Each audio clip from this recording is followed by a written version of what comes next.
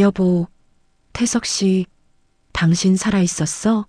15년 전 시신조차 찾지 못해 가슴에 묻었던 남편이 아들의 결혼식장에 제 발로 걸어 들어왔습니다. 그것도 아주 부티 나는 재벌의 모습으로 말이죠.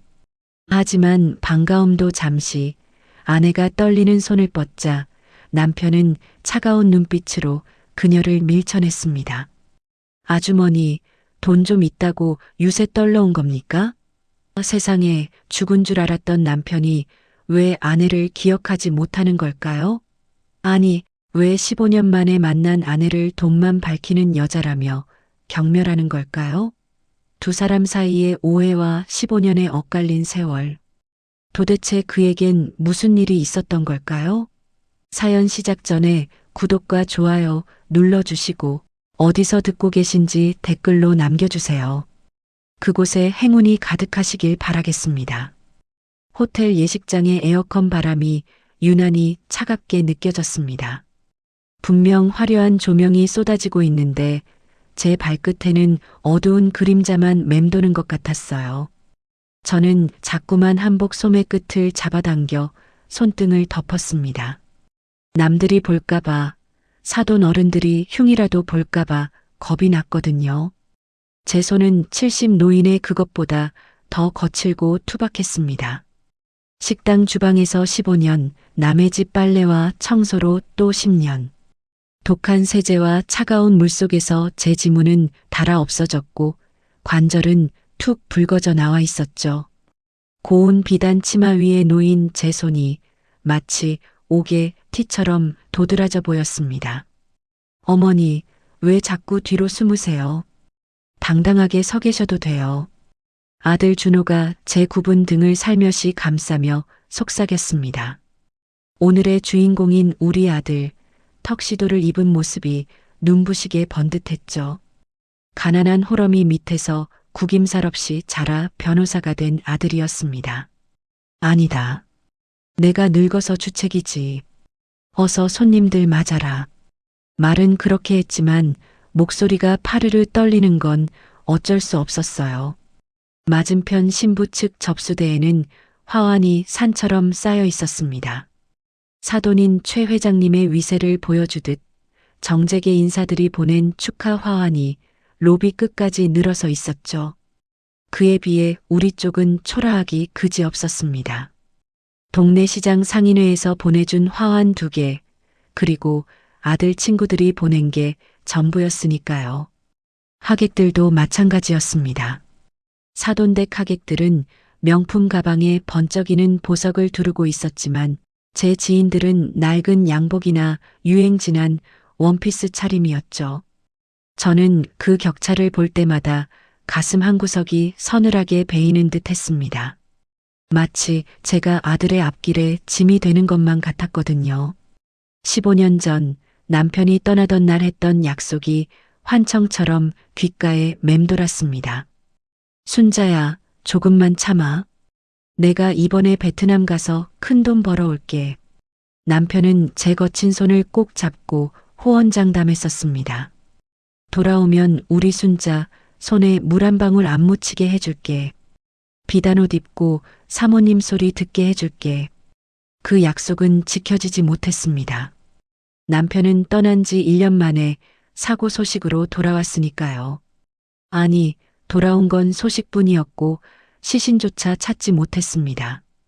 그날 이후 제 시간은 멈췄지만 세상의 시계는 잔인하게도 잘만 흘러갔죠.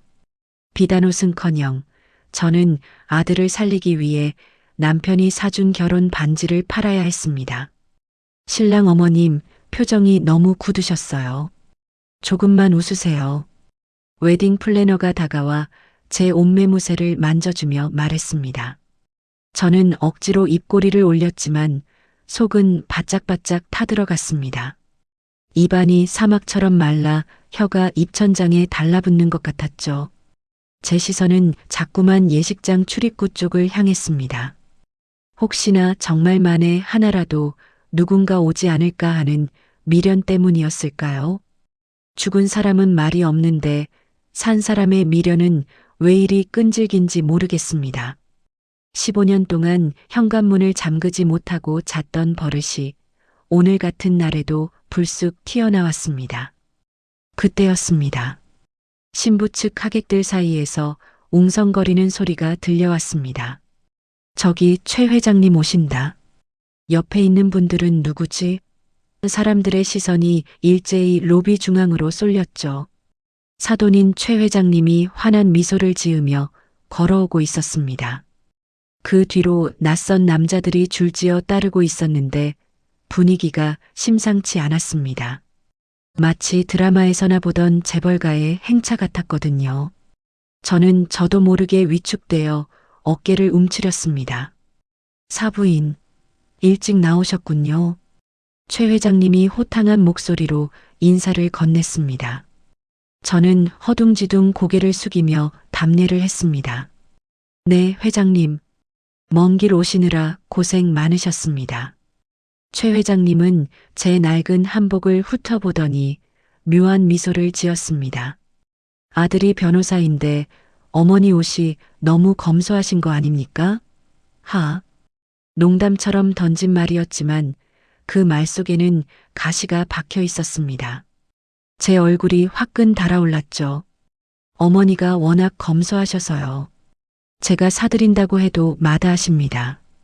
준호가 제 앞을 막아서며 정중하게 대꾸했습니다. 아들의 등은 넓고 든든했지만 저는 그 뒤에 숨은 죄가 한없이 초라하게 느껴졌습니다. 가난은 죄가 아니라지만 이런 자리에서는 명백한 허물이 되더군요. 저는 다시 한번 손을 소매 깊숙이 감췄습니다.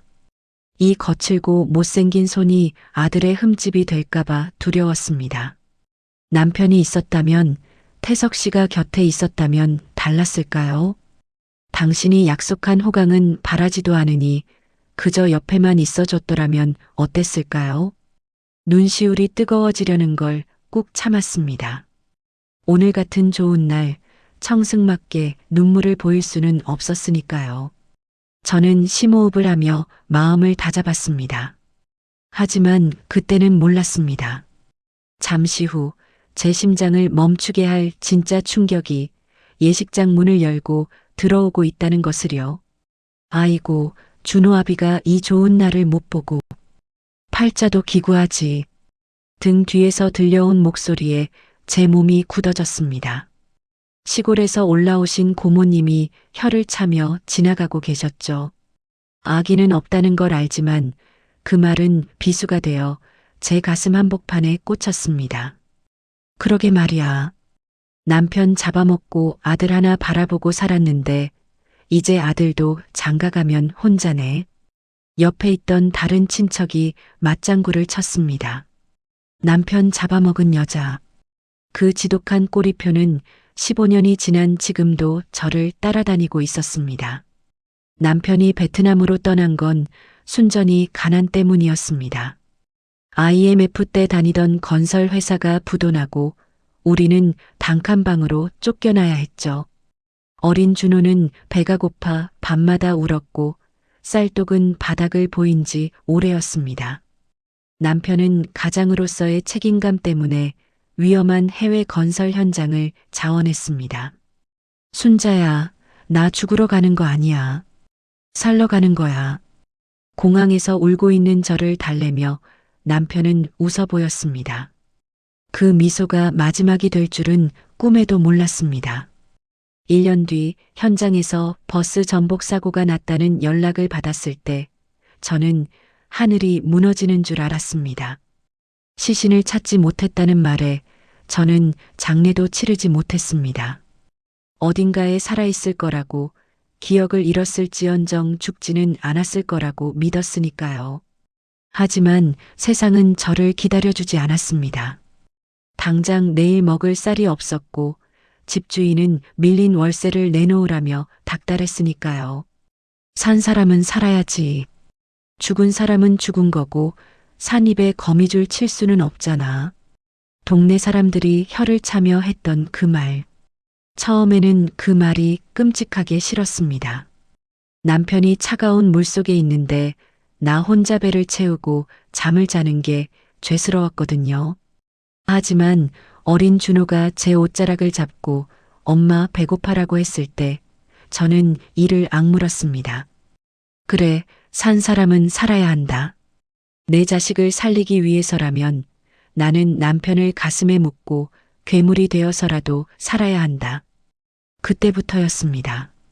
제가 여자가 아닌 어미로만 살기 시작한 것은 식당 설거지부터 건물 계단 청소, 목욕탕 새신사까지 안 해본 일이 없었습니다. 손가락 마디가 붓고 터져 피가 나도 반창고 하나 붙이고 다시 수세미를 잡았죠. 밤이면 퉁퉁 부은 다리를 두드리며 남편 사진을 보고 혼잣말을 했습니다. 여보, 나 잘하고 있지? 당신 아들, 내가 보란 듯이 키워낼 거야. 그렇게 15년을 버텼습니다. 그런데 오늘 아들의 결혼식장에서 듣는 저 위로 같지 않은 위로들은 참 아프더군요. 산 사람은 살아야 한다는 그 말이 오늘은 유독 사무치게 외로웠습니다. 남편의 빈자리가 태평양보다 더 넓고 깊게 느껴지는 날이었으니까요. 고모님 오셨어요. 식사부터 하세요. 저는 애써 아무렇지 않은 척 친척들을 향해 고개를 숙였습니다. 속으로는 피눈물을 흘리면서도 겉으로는 웃어야 하는 게 남겨진 사람의 몫이니까요. 그때 로비 입구 쪽이 갑자기 소란스러워졌습니다. 야, 저 차 좀 봐. 마이바흐 아니야? 회장님 손님인가 봐. 대단하네. 젊은 하객들이 웅성거리며 창밖을 가리켰습니다. 검은색 대형 세단 서너 대가 예식장 현관 앞에 줄지어 멈춰 섰습니다. 마치 영화 속 한 장면처럼 위압적인 풍경이었죠. 제복을 입은 수행원들이 차에서 내려 문을 열었습니다. 그리고 그 차에서 한 남자가 내렸습니다. 회색 슈트를 입고 선글라스를 낀 중년의 신사였습니다. 그는 차에서 내리자마자 옷매무새를 가다듬으며 고개를 들었습니다. 그 순간 저는 숨을 쉴 수가 없었습니다. 심장이 쿵하고 바닥으로 떨어져 산산조각이 나는 것 같았죠. 세상이 멈추고 소리가 사라졌습니다. 오직 그 남자, 그 사람만이 제 눈에 들어왔습니다. 오른쪽 어깨를 살짝 기울이며 걷는 저 걸음걸이. 무언가 생각할 때 미간을 찌푸리는 저 표정. 그리고 귀 밑에 있는 희미한 흉터 자국까지. 15년 동안 꿈속에서 수천 번도 더 봤던 하루도 잊은 적 없는 제 남편의 모습이었습니다. 여보. 제 입에서 바람 빠지는 소리 같은 신음이 새어나왔습니다. 다리에 힘이 풀려 주저앉을 뻔했습니다. 준호가 제 팔을 잡지 않았다면 그대로 바닥에 쓰러졌을 겁니다. 어머니, 왜 그러세요? 어디 편찮으세요? 아들의 목소리도 들리지 않았습니다. 제 시선은 오로지 그 남자에게 고정되어 있었죠. 그가 천천히 선글라스를 벗었습니다. 드러난 눈매, 살짝 처진 눈꼬리, 깊은 눈동자. 틀림없었습니다. 강태석, 내 남편이었습니다. 죽은 줄 알았던 남편이 시신도 찾지 못해 제사상도 못 차려줬던 남편이 살아서 돌아온 겁니다. 그것도 아주 멀쩡한 모습으로, 아니 15년 전보다 더 부티 나는 모습으로 말이죠. 이게 꿈일까요? 아니면 제가 너무 그리워서 헛것을 보는 걸까요? 저는 떨리는 손을 들어 볼을 꼬집어 보고 싶었습니다. 하지만 꿈이 아니었습니다. 그가 수행원들의 호의를 받으며 뚜벅뚜벅 걸어오고 있었으니까요. 최 회장님이 그를 보며 환하게 웃으며 손을 흔들었습니다. 아이고, 제임스 대표. 여기까지 와주고 정말 고맙네. 제임스? 최 회장님은 그를 제임스라고 불렀습니다. 하지만 저는 알 수 있었습니다. 이름이 바뀌어도, 옷차림이 바뀌어도 그는 내 남편이었습니다. 부부는 냄새만으로도, 뒷모습만으로도 서로를 알아보는 법이니까요. 저는 준호의 손을 뿌리치고 앞으로 걸어 나갔습니다. 체면도 예의도 생각할 겨를이 없었습니다. 지금 저 사람을 놓치면 평생 후회할 것 같다는 본능만이 저를 움직였죠. 하객들 사이를 비집고 나가며 저는 목이 터져라 외쳤습니다. 여보, 태석 씨, 당신 맞지? 제 목소리가 로비에 쩌렁쩌렁 울렸습니다. 모든 사람들의 시선이 저에게 꽂혔습니다. 최 회장님도 준호도 하객들도 모두 놀란 눈으로 저를 쳐다봤죠. 그리고 마침내 그 남자도 고개를 돌려 저를 바라봤습니다. 하지만 그의 눈빛은 제가 기대했던 것과는 달랐습니다. 15년 만에 만난 아내를 보는 눈빛이라기엔 너무나 차갑고 낯설었습니다. 그는 마치 길가에 굴러다니는 돌멩이를 보듯 무표정한 얼굴로 저를 훑어내렸습니다. 그 서늘한 시선에 제 심장이 얼어붙는 것 같았습니다. 잠시만요. 비키세요. 비켜요. 검은 양복을 입은 수행원들이 거대한 벽처럼 제 앞을 가로막았습니다. 마치 죄인을 다루듯 제 양팔을 거칠게 잡아챘죠. 하지만 저는 그들의 소나기 힘 따위는 느껴지지도 않았습니다. 제 눈에는 오직 그 사람, 남편 강태성만 보였으니까요. 15년. 강산이 한 번 변하고도 남을 시간이었습니다.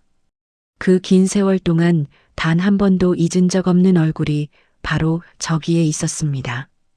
살아있어줘서, 이렇게 멀쩡히 살아있어줘서 고맙다는 생각뿐이었습니다. 여보, 나야 순자야. 태석 씨. 목이 찢어져라 불렀습니다. 제 절규가 로비의 높은 천장을 때리고 하객들의 귓가에 꽂혔습니다. 우아하게 담소를 나누던 사람들이 기겁하며 뒤로 물러났죠. 사돈인 최 회장님이 당황한 표정으로 수행원들에게 눈짓을 했습니다. 이게 무슨 소란인가? 저 아주머니 좀 조용히 시키게. 그 말에 수행원들이 저를 더 강하게 뒤로 밀쳤습니다. 저는 바닥에 질질 끌려가다시피 밀려나면서도 시선을 놓지 않았습니다. 그때였습니다.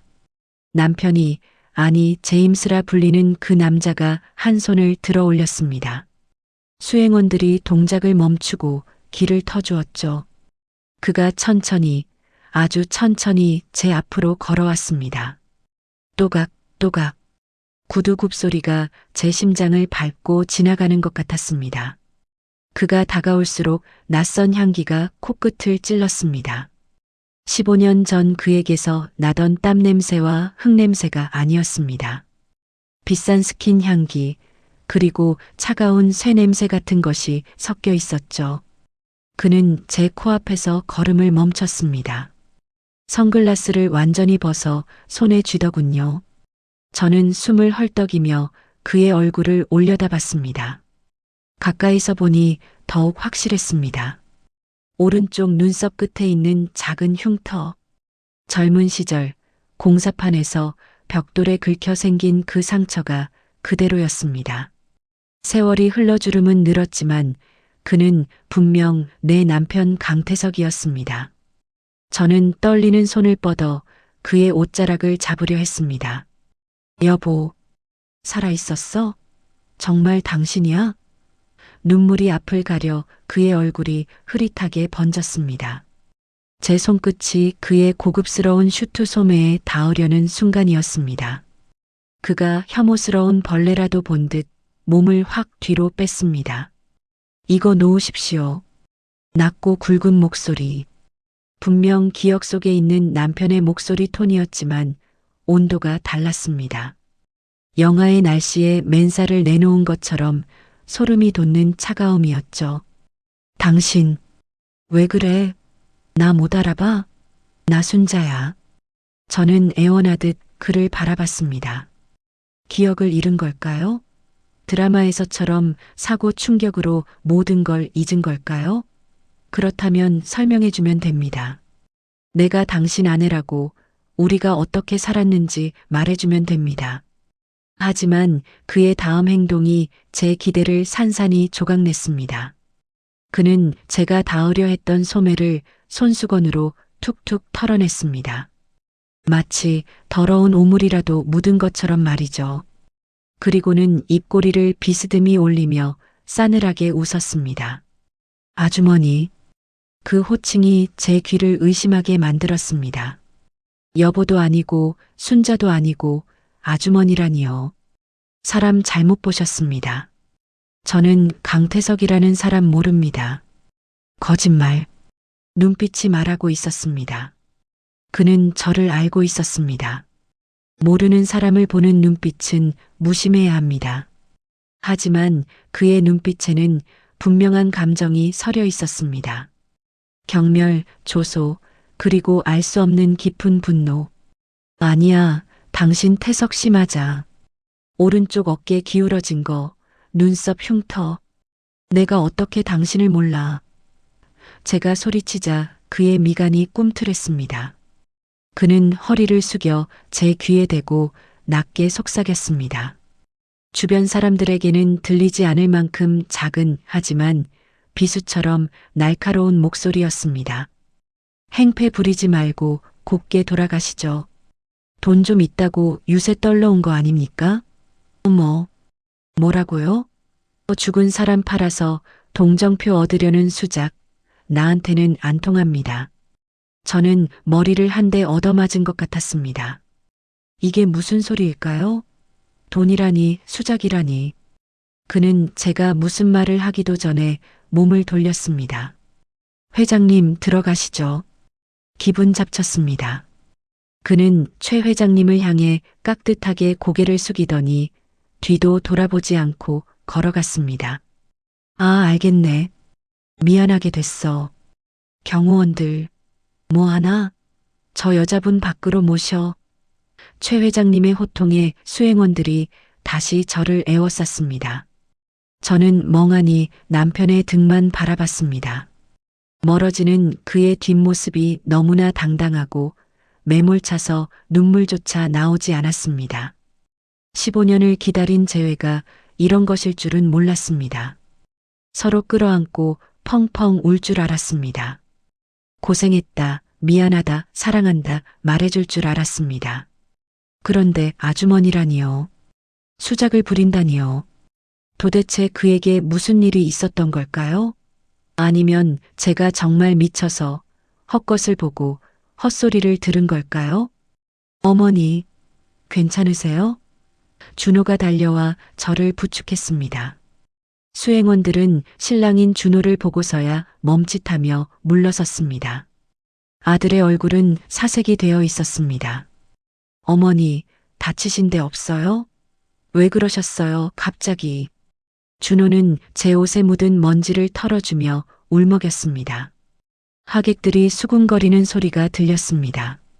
신랑 어머니가 왜 저러셔? 죽은 남편이랑 닮았나 봐. 아이고, 쯧쯧. 동정 어린 시선, 혹은 미쳤다고 여기는 경멸 어린 시선들. 그 시선들이 화살처럼 날아와 제 몸에 박혔습니다.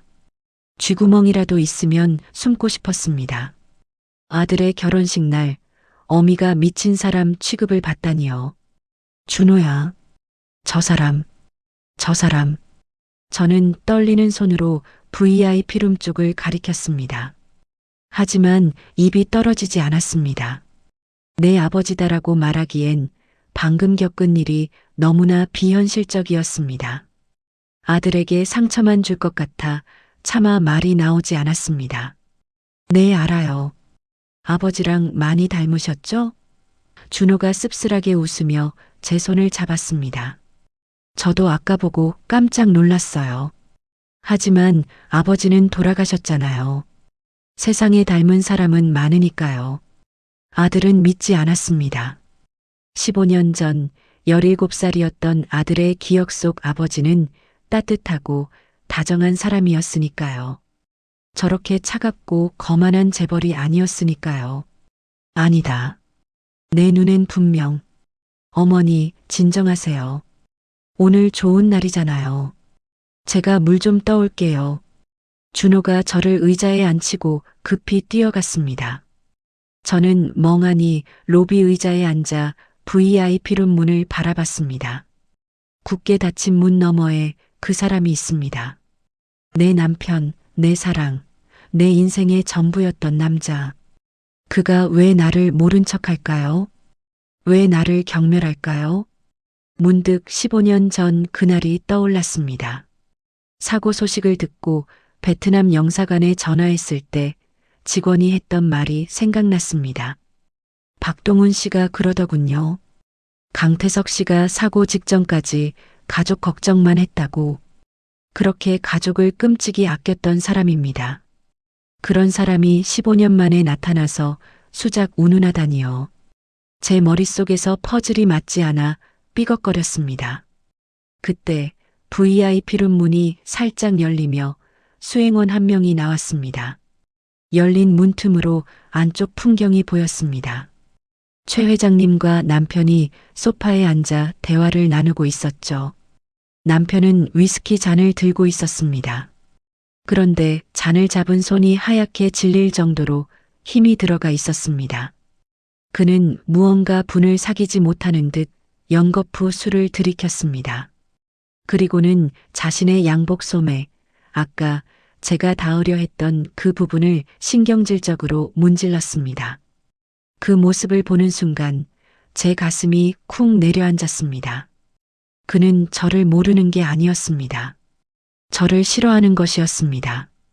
단순한 혐오가 아니라 뼈에 사무친 증오 같은 것이 느껴졌습니다. 도대체 왜 내가 무엇을 잘못했길래 당신 없는 15년 동안 나는 당신 아들 키우느라 뼈가 부서져라 일한 죄밖에 없는데 당신 제사상에 올릴 배 하나 사려고 시장 바닥을 헤맨 죄밖에 없는데 억울함이 파도처럼 밀려왔습니다. 슬픔은 어느새 분노로 바뀌고 있었습니다. 살아있다는 기쁨보다 나를 벌레 취급한 그 태도에 대한 야속함이 더 컸습니다. 그래요. 당신이 강태석이 아니라고 우긴다면 어디 한번 끝까지 해보라죠. 저는 젖은 눈물을 손등으로 벅벅 닦아냈습니다. 화장이 번져 얼굴이 엉망이 되었겠지만 상관없었습니다. 준호가 물컵을 들고 뛰어오는 게 보였습니다. 저는 아들 앞에서는 다시 평온한 어머니의 가면을 썼습니다. 어머니, 물 드세요. 고맙다. 내가 잠깐 정신이 나갔었나 보다. 저는 물을 단숨에 들이켰습니다. 찬물이 식도를 타고 내려가며 뜨거운 속을 아주 조금 식혀주었습니다. 이제 시작해요. 들어가요. 준호가 제 팔짱을 끼며 웃어 보였습니다. 저는 아들의 팔에 의지해 몸을 일으켰습니다. 하지만 제 눈은 여전히 VIP룸을 향해 있었습니다. 두고 봐요, 강태석 씨. 당신이 제임스 강이든 뭐든 나는 포기 안 해요.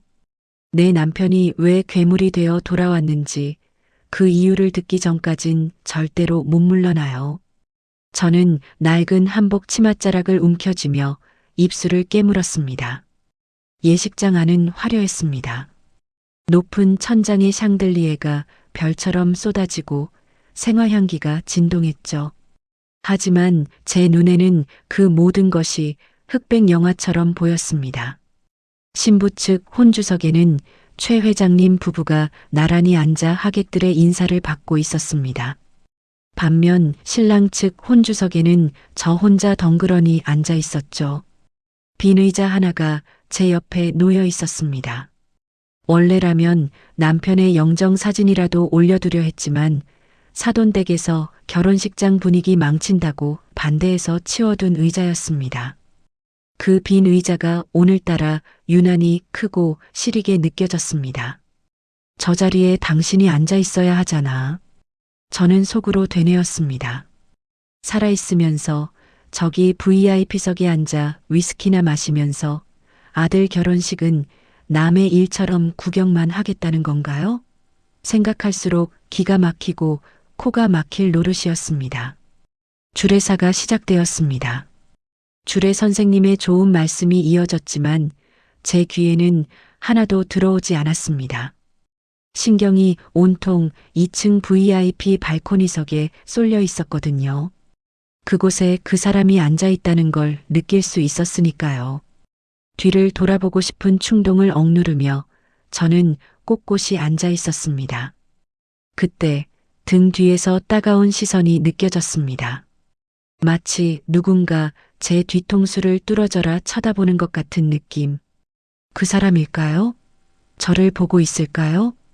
태석은 2층 난간에 기대어 아래를 내려다보고 있었습니다. 손에 든 위스키 잔이 위태롭게 흔들렸죠. 그의 시선은 화려한 버질로드도 턱시도를 입은 아들도 아닌 혼주석에 앉은 한 여자의 뒷모습에 고정되어 있었습니다. 좁아진 어깨, 희끗희끗한 머리카락을 덮은 낡은 한복. 김순자. 입안에서 그 이름을 굴려보았습니다. 모래알을 씹는 것처럼 서걱거리고 불쾌한 느낌이었습니다. 15년 전 사고 현장에서 피를 흘리며 쓰러져 갈 때 마지막으로 불렀던 이름. 그리고 지난 15년 동안 매일 밤 저주하며 불렀던 이름. 뻔뻔한 여자. 태석은 넥타이를 거칠게 잡아당겨 느슨하게 풀었습니다. 답답했습니다. 숨이 막힐 것 같았습니다. 배칠수 회장이 보여줬던 서류가 눈앞에 아른거렸습니다. 사망보험금 5억 원 수령 확인서, 수령인 란에 찍혀 있던 순자의 빨간 인감도장. 그 도장이 태석의 가슴에 낙인처럼 찍혀 있었습니다. 사고가 나고 불과 일주일 만에 남편의 생사도 확인하지 않고 돈부터 챙겨 떠난 여자. 그 돈으로 새 집을 사고 새 남자를 만나 호의호식하며 살았다는 여자. 그런데 꼴이 저게 뭡니까? 5억이나 챙겼으면서 아들 결혼식에 저런 싸구려 한복을 입고 나오다니요. 연기 한번 기가 막히네. 태석은 비릿한 웃음을 흘렸습니다. 가난한 척, 불쌍한 척, 피해자인 척. 아까 로비에서 보여준 그 눈물 연기에는 하마터면 속을 뻔했습니다. 나를 보고 반가워해? 살아있어 고맙다고? 가소로웠습니다. 죽은 줄 알았던 남편이 살아오면 챙긴 돈을 토해내야 할까봐 겁먹는 게 정상 아닙니까? 아니면 돈이 다 떨어져서 이제 성공한 나한테 다시 빨대를 꽂으려는 걸까요? 대표님, 괜찮으십니까? 비서가 조심스럽게 다가와 물었습니다. 아, 괜찮아. 그냥 옛날 생각이 좀 나서. 태석은 잔에 남은 술을 털어 넣었습니다. 독한 술이 식도를 태우며 내려갔지만 가슴속의 화증은 가라앉지 않았습니다. 그때 아래층에서 박수 소리가 터져 나왔습니다. 신랑 신부가 양가 부모님께 인사를 드리는 순서였습니다. 준호가 순자 앞에 서서 큰 절을 올렸습니다. 순자가 몸을 숙여 아들을 안아주더군요. 그녀의 어깨가 들썩이는 게 보였습니다. 또 울고 있었습니다. 가증스러워. 태석은 잔을 탁자에 쾅 내려놓았습니다. 하지만 이상했습니다. 가증스럽다고 욕하면서도 시선은 자꾸만 순자의 구분 등에 머물렀습니다. 아들을 안고 있는 저 손. 아까 로비에서 얼핏 봤던 그 거칠고 투박한 손이 자꾸만 눈에 밟혔습니다. 5억을 가진 여자의 손이 왜 저렇게 망가졌을까요?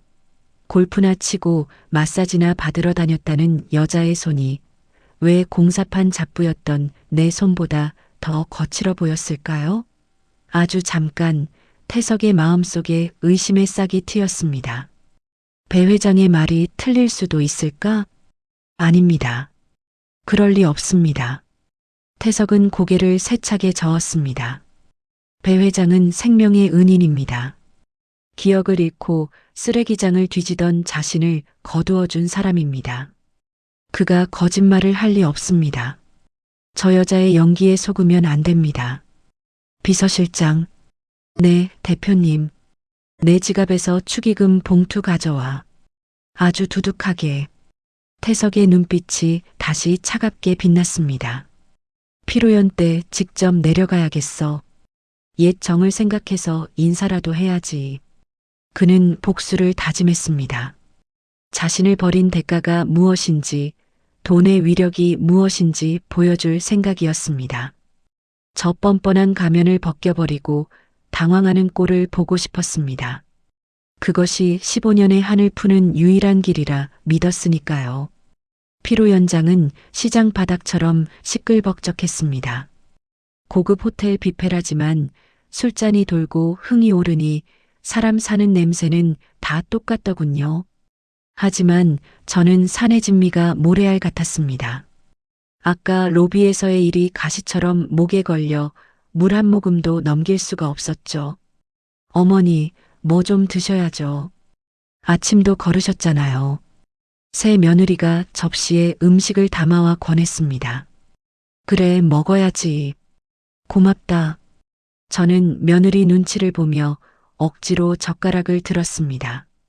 그때였습니다. 피로 연장 입구 쪽 공기가 순식간에 차갑게 내려앉았습니다. 사람들의 웅성거림이 잦아들고 시선이 한 곳으로 쏠렸죠. 그 사람이 들어오고 있었습니다. 제임스 강, 아니 내 남편 강태석. 그는 재킷을 벗어 팔에 걸치고 셔츠 소매를 걷어올린 채 걸어왔습니다. 그 당당하고 위압적인 모습에 하객들이 슬금슬금 길을 터주었죠. 그는 주저없이 제가 앉아있는 혼주석으로 향했습니다. 심장이 다시 미친 듯이 뛰기 시작했습니다.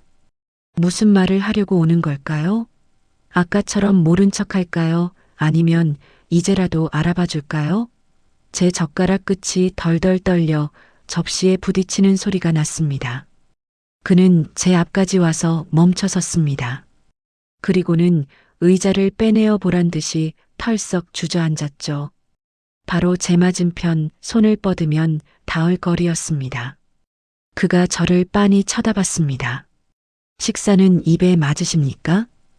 그가 물었습니다. 말투는 정중했지만 눈빛은 비웃음으로 가득 차 있었습니다. 마치 거지가 밥을 잘 얻어먹고 있는지 확인하는 듯한 태도였죠. 당신, 태석 씨 맞지?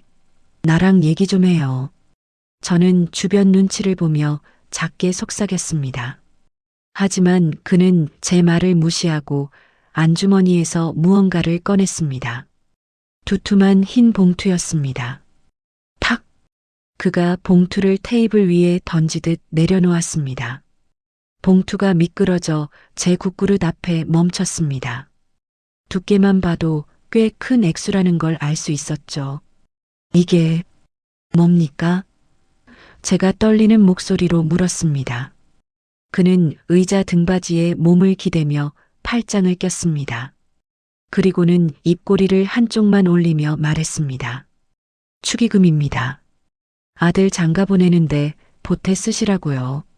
돈 좋아하시잖아요. 옛날부터 그 한마디가 제 뺨을 후려갈겼습니다. 돈을 좋아한다니요. 15년 전 쌀이 없어 굶는 아이를 위해 10원 한 푼에 벌벌 떨었던 게 죄인가요? 당신이 보내준 생활비 아껴 쓰려고 콩나물값 깎았던 게 속물인가요? 그의 말 속에는 저를 향한 깊은 경멸이 담겨 있었습니다. 마치 제가 돈 때문에 남편을 팔아먹은 여자라도 되는 것처럼요. 가져가세요. 나 돈 필요 없어요. 제가 봉투를 밀어냈습니다. 그러자 그가 코웃음을 쳤습니다. 연기 그만하시죠. 5억도 꿀꺽하신 분이 이깟 푼 돈은 성에 안 차십니까? 5억? 그게 무슨 소리예요? 모른 척하지 마. 당신이 제일 잘 알잖아. 그가 몸을 앞으로 숙이며 으르렁거렸습니다. 그의 눈에서 시퍼런 불꽃이 튀는 것 같았습니다. 주변 하객들이 힐끔거리는 게 느껴졌습니다. 준호가 다른 테이블에 인사하러 간 사이 벌어진 일이었습니다. 저는 수치심에 얼굴이 붉어졌지만 물러설 수 없었습니다. 이대로 물러나면 저는 정말 돈만 아는 파렴치한 여자가 되는 거니까요. 나는 10원짜리 하나 받은 적 없어요. 당신 목숨값으로 돈 받은 적 없다고요. 제가 억울함에 목소리를 높였습니다. 그러자 그가 자리에서 벌떡 일어났습니다. 끝까지 거짓말이군. 구질구질해, 정말. 그는 더 이상 말 섞기 싫다는 듯 몸을 돌렸습니다. 그 뒷모습이 너무나 매몰찼습니다. 저도 모르게 벌떡 일어나 그의 옷자락을 붙잡았습니다. 가지마. 내 말 들어. 내 말 좀 들어보라고. 이거 놓으십시오.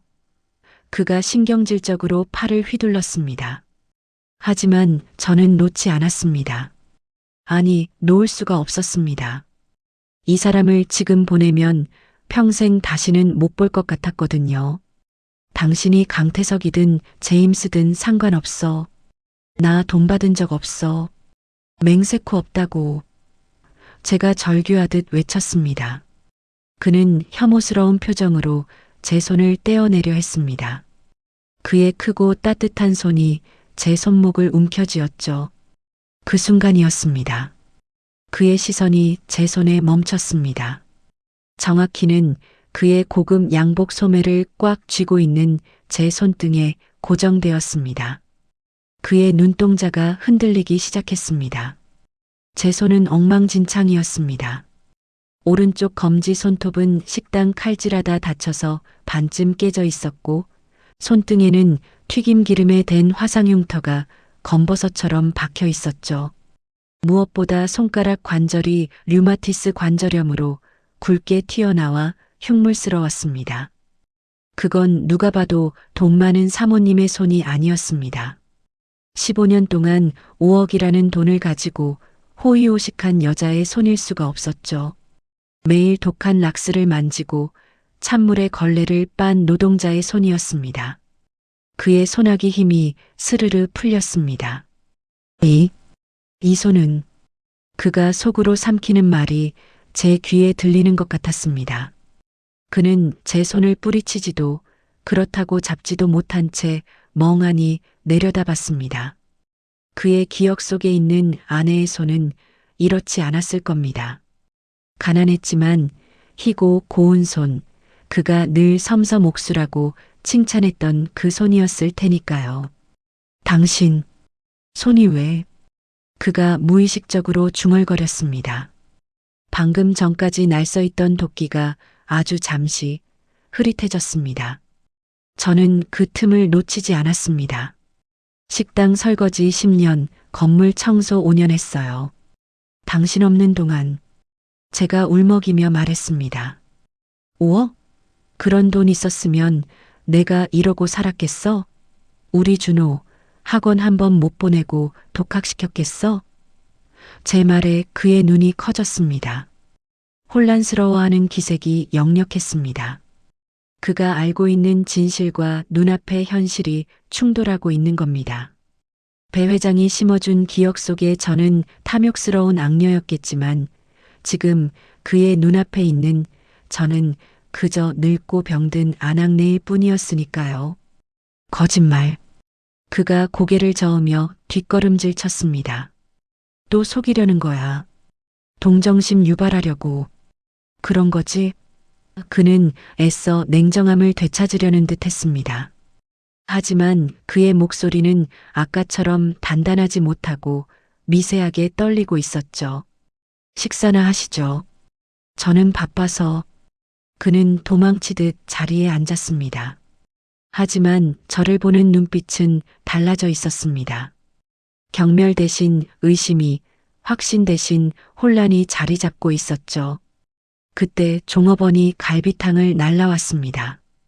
뜨거운 김이 모락모락 피어오르는 뚝배기가 우리 사이에 놓였습니다. 이 짧은 식사 시간이 저에게는 마지막 기회였습니다. 그의 몸이 기억하는 습관, 그걸 찾아내야 했습니다. 태석은 쫓기듯 자리에 앉아 물을 들이켰습니다. 속이 타는 듯 했습니다. 방금 본 여자의 손이 잔상처럼 눈앞에 어른거렸습니다. 그렇게 거친 손을 분장으로 만들 수 있나? 아닙니다. 그건 세월이 깎아 만든 손이었습니다. 손톱 밑에 베인때 갈라진 피부 사이의 주름은 하루아침에 만들 수 있는 게 아니었죠. 배 회장은 분명히 말했습니다. 자네 처 보험금 받고 강남에 아파트 사서 재혼했다더군. 강남 아파트에 사는 여자가 저런 손을 하고 있다고요? 태석은 혼란스러워 머리가 지끈거렸습니다. 그때 눈앞에 놓인 갈비탕 뚝배기가 보였습니다. 허기가 졌지만 입맛은 없었습니다. 그래도 무언가 하는 척이라도 해야 이 어색함을 견딜 수 있을 것 같았습니다. 그는 습관적으로 양념통으로 손을 뻗었습니다. 소금? 아니, 후추였습니다. 그는 후추통을 집어들고 톡, 톡, 톡 정확히 3번을 털어 넣었습니다. 자신도 모르게 나오는 30년 된 버릇이었습니다. 그리고 숟가락을 들여다 멈칫했습니다. 국물이 너무 뜨거워 보였습니다. 그는 찬물 컵을 들어 갈비탕에 반 컵 정도 부었습니다.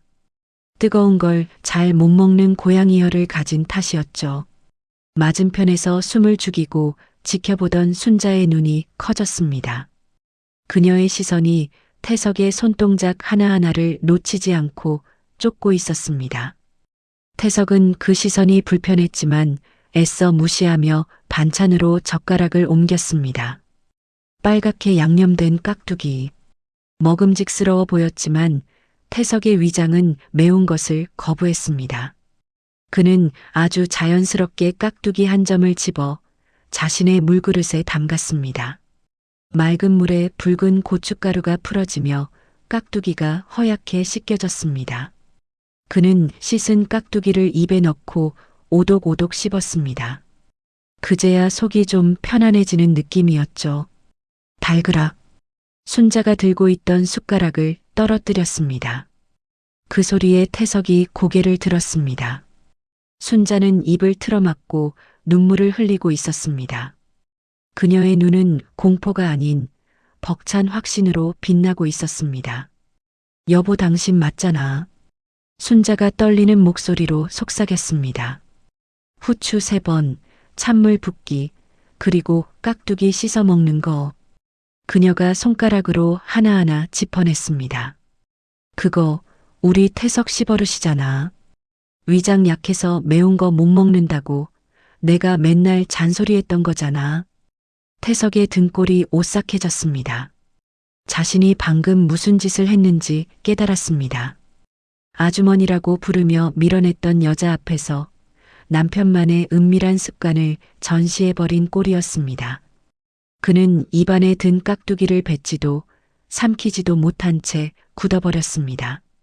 이건 그냥 우연입니다. 그가 억지로 삼키며 변명했습니다. 베트남에서도 이렇게 먹습니다. 저만 그런 게 아니에요. 하지만 목소리에 힘이 없었습니다. 우연치고는 너무나 정교한 일치였으니까요. 아니야, 몸이 기억하는 거야. 머리는 잊어도 당신 몸은 우리를 기억하고 있는 거야.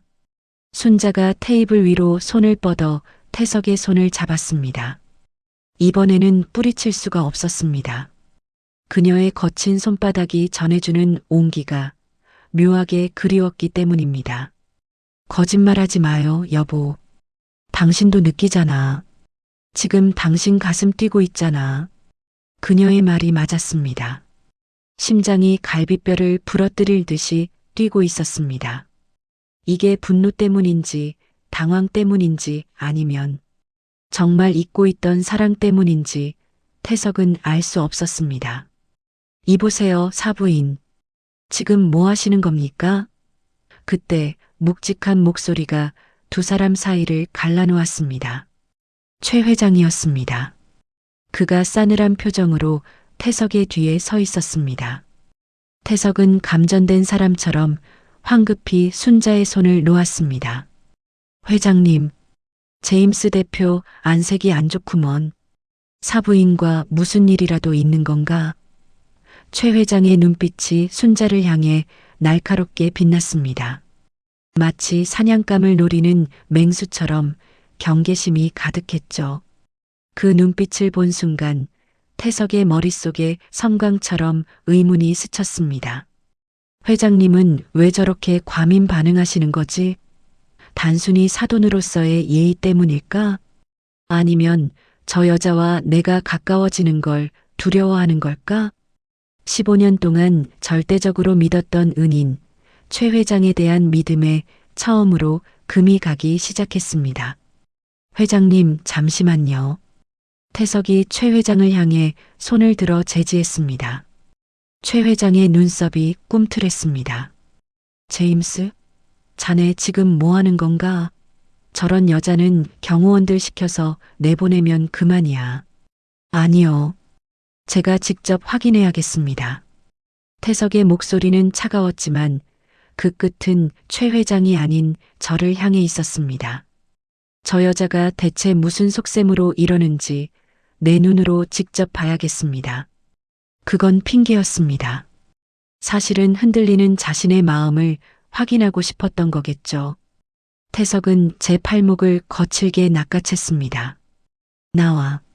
조용한 데서 얘기해. 그는 저를 끌고 식당 밖 복도 구석 비상구 쪽으로 향했습니다. 최 회장이 뒤에서 불렀지만 그는 돌아보지 않았습니다.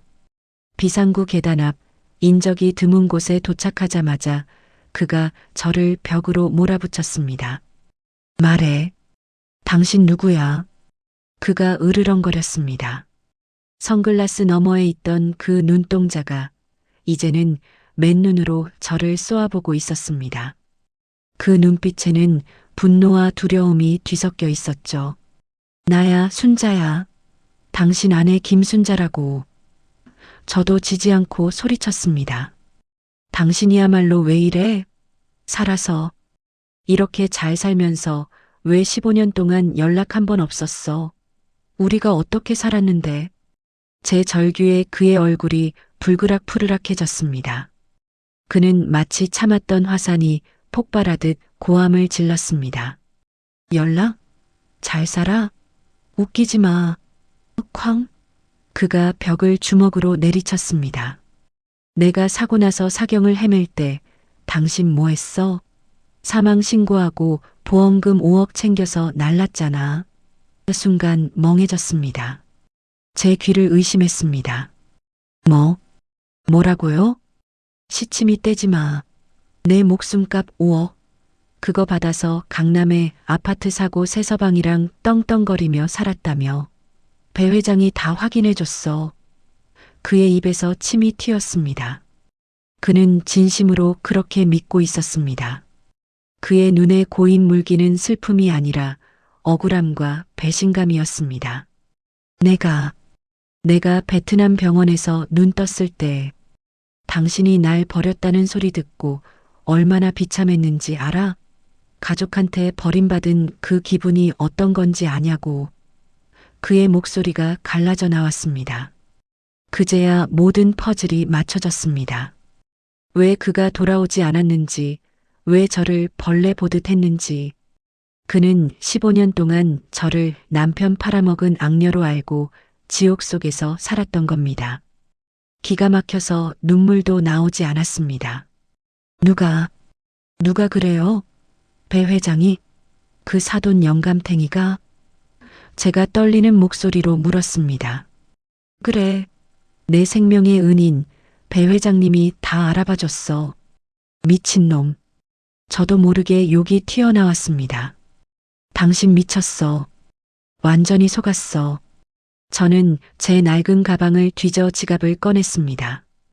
그리고 주민등록증을 꺼내 그의 눈앞에 들이밀었습니다. 똑바로 봐. 여기 내 주소 봐. 강남 아파트? 웃기고 있네. 성북구 정릉동 산 1번지. 15년 전 그와 함께 살았던 그 달동네 주소가 그대로 박혀 있었습니다. 나 이사도 안 갔어. 당신 돌아오면 집 못 찾을까봐 재개발 들어간다는 거 길을 쓰고 버티면서 그 썩은 집구석에 살았어. 태석의 눈동자가 주소를 훑었습니다. 동공이 심하게 흔들렸습니다. 그리고 5억? 보험금? 저는 헛웃음을 터뜨렸습니다. 당신 시신이 없어서 사망 처리가 안 됐어. 실종 선고도 내가 안 한다고 버텼어. 10원 한 푼 못 받았다고. 거짓말. 못 믿겠으면 지금 당장 확인해봐. 당신 잘나빠진 비서한테 시켜서 확인해보라고. 제가 악을 썼습니다. 억울함이 목구멍을 타고 피처럼 솟구쳤습니다. 나는 당신 살리겠다고 결혼 반지까지 팔아가며 살았는데 당신은 나를 꽃뱀 취급해? 태석은 뒷걸음질 쳤습니다. 그의 경고했던 세계에 금이 가고 있었습니다. 5억을 챙겨 떠난 아내. 낡은 한복을 입고 달동네 주소가 적힌 민증을 들이미는 아내. 둘 중 하나는 가짜였습니다. 그리고 그의 본능은 눈앞에 있는 이 여자가 진짜라고 비명을 지르고 있었습니다. 태석의 손이 덜덜 떨렸습니다. 그는 주머니에서 최신형 스마트폰을 꺼냈습니다. 손에 땀이 차서 지문 인식이 몇 번이나 실패했습니다. 그는 거친 숨을 몰아쉬며 비서실장에게 전화를 걸었습니다. 여보세요? 김 실장. 목소리가 잘 나오지 않아 쇳소리가 섞여 나왔습니다. 네, 대표님. 식사 중 아니십니까? 지금 당장. 확인해. 네. 무엇을 말씀입니까? 15년 전. 내 사고 기록. 그리고 보험금 지급 내역. 태석이 저를 노려보며, 아니, 저를 확인하듯 바라보며 말했습니다. 내 아내. 김순자가 보험금을 수령했는지, 정확히 언제 했는지, 지금 당장 조회해. 1분 안에 보고해. 대표님, 갑자기 그건 왜? 그건 옛날에 회장님께서 잔말 말고 확인하라고. 내 눈으로 직접 볼 수 있게 서류 캡처해서 보내. 그가 고래고래 소리를 질렀습니다. 복도에 그의 고함 소리가 쩌렁쩌렁 울렸습니다. 전화를 끄는 그는 벽에 기대어 가쁜 숨을 몰아쉬었습니다. 우리는 서로를 노려보며 침묵했습니다. 1분이 1년처럼 느껴지는 시간이었습니다. 그의 이마에서 식은 땀이 흘러내렸습니다. 띠링. 짧은 문자 알림음이 정적을 깼습니다.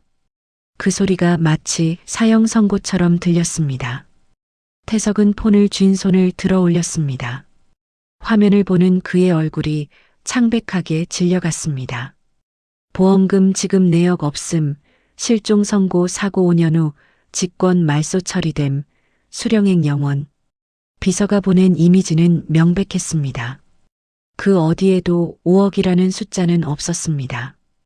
김순자는, 그의 아내는 땡전 한 푼 받지 않았습니다. 오히려 실종 기간 동안 남편의 빚을 갚느라 본인 명의의 통장이 압류된 기록까지 첨부되어 있었습니다. 아, 태석의 입에서 짐승 같은 신음이 새어나왔습니다. 폰이 스르르 손에서 미끄러져 바닥에 툭 떨어졌습니다. 액정이 거미줄처럼 깨졌지만 그는 신경도 쓰지 않았습니다. 없어. 그가 중얼거렸습니다. 보험금이 없어. 그의 다리에 힘이 풀렸습니다. 그는 그대로 벽을 타고 주저앉았습니다. 15년. 그는 15년 동안 복수심 하나로 버텼습니다. 가족이 돈 때문에 자기를 버렸다는 그 분노가 그를 성공하게 만든 원동력이었습니다. 그런데 그 모든 게 거짓말이었습니다. 배 회장의 새빨간 거짓말. 그는 왜 자신의 사업적 재능을 이용하기 위해서 한국에 가족이 있으면 베트남 사업에 집중하지 못할까봐? 이유가 무엇이든 배 회장은 태석의 인생을, 그리고 제 인생을 송두리째 훔쳐간 도둑놈이었습니다. 이 나쁜 놈아. 제가 바닥에 주저앉은 남편의 어깨를 때렸습니다. 어떻게 그걸 믿어? 어떻게 나를 못 믿고 그 영감탱이 말을 믿냐고? 때리는 제 손이 더 아팠습니다. 제 가슴이 찢어지는 것 같았습니다. 여보, 태석 씨, 정신 차려. 저는 흐느끼며 그의 멱살을 잡고 흔들었습니다. 당신이 속은 거야. 우리 15년. 누가 보상해 줄 거야? 이 억울한 세월 누가 보상해 줄 거냐고. 태석은 초점 없는 눈으로 허공을 응시했습니다. 그의 머릿속에서 제임스 강이라는 가짜 껍데기가 와르르 무너져 내리고 있었습니다. 그리고 그 잔해 속에서 가난했지만 아내를 사랑했던 아들을 위해 목숨 걸고 떠났던 강태석이 피투성이가 된 채 걸어 나오고 있었습니다. 순자야. 그가 15년 만에 처음으로 제 이름을 불렀습니다. 아주머니가 아닌 순자야. 그 목소리에 담긴 물기가 제 심장을 적셨습니다. 태석은 바닥에 주저앉은 채 넋을 잃고 있었습니다. 그의 시선은 깨진 휴대폰 액정에 고정되어 있었죠. 수령행 0원 그 차가운 숫자가 태석의 뇌리를 하얗게 태우고 있었습니다. 없어. 정말 없어. 그의 입술이 파르르 떨렸습니다. 지난 15년 그를 지탱해 온 것은 분노였습니다.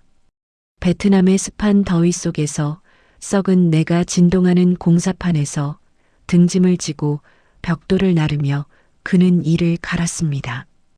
강남 아파트에서 잘 먹고 잘 산다고? 두고 보자. 그 증오가 그를 살렸습니다. 다리가 부러져도 절뚝거리며 일했고 열병에 걸려도 약 한 알 없이 버텼습니다. 오직 성공해서 복수하겠다는 일념. 자신을 버린 아내와 가족 앞에 보란듯이 나타나 그들이 누리는 행복을 짓밟아주겠다는 그 도끼 하나로 여기까지 왔습니다. 그런데 그 모든 것이 모래성처럼 무너졌습니다. 기반부터가 잘못된 누군가의 악의적인 거짓말 위에 쌓아 올린 성공이었습니다. 태석의 눈앞이 핑 돌았습니다. 현기증과 함께 지난 세월의 기억들이 주마등처럼 스쳐 지나갔습니다. 배 회장이 처음 그를 찾아왔던 날이 떠올랐습니다. 기억을 잃고 병상에 누워있던 그에게 배 회장은 인자한 얼굴로 말했었죠. 자네 가족들이 사망신고를 했다네.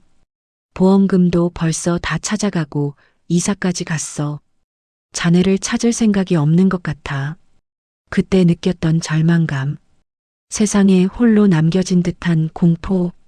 태석은 그 말을 의심조차 하지 않았습니다. 은인이라 믿었으니까요. 하지만 지금 보니 그건 은인의 얼굴을 한 악마의 속삭임이었습니다. 아, 태석이 짐승처럼 울부짖으며 자신의 머리를 쥐어뜯었습니다. 내가 속았어. 내가 바보처럼 속았어. 그는 주먹으로 바닥을 내리쳤습니다. 쿵, 쿵. 둔탁한 소리가 복도를 울렸습니다. 저는 그런 남편을 보며 가슴이 미어지는 것 같았습니다. 미워해야 하는데, 원망해야 하는데, 저렇게 무너져 내리는 모습을 보니 불쌍해서 견딜 수가 없었습니다. 오죽했으면, 얼마나 외로웠으면 그 거짓말에 매달려 살았을까요? 여보, 그만해. 손 다쳐. 제가 바닥에 앉아 그의 피 멍든 주먹을 감싸쥐었습니다. 제 손에 온기가 닿자 그가 흠칫하며 고개를 들었습니다.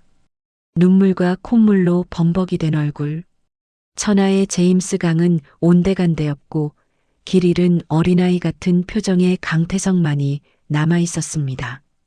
순자야. 그가 덜덜 떨리는 손으로 제 뺨을 만졌습니다.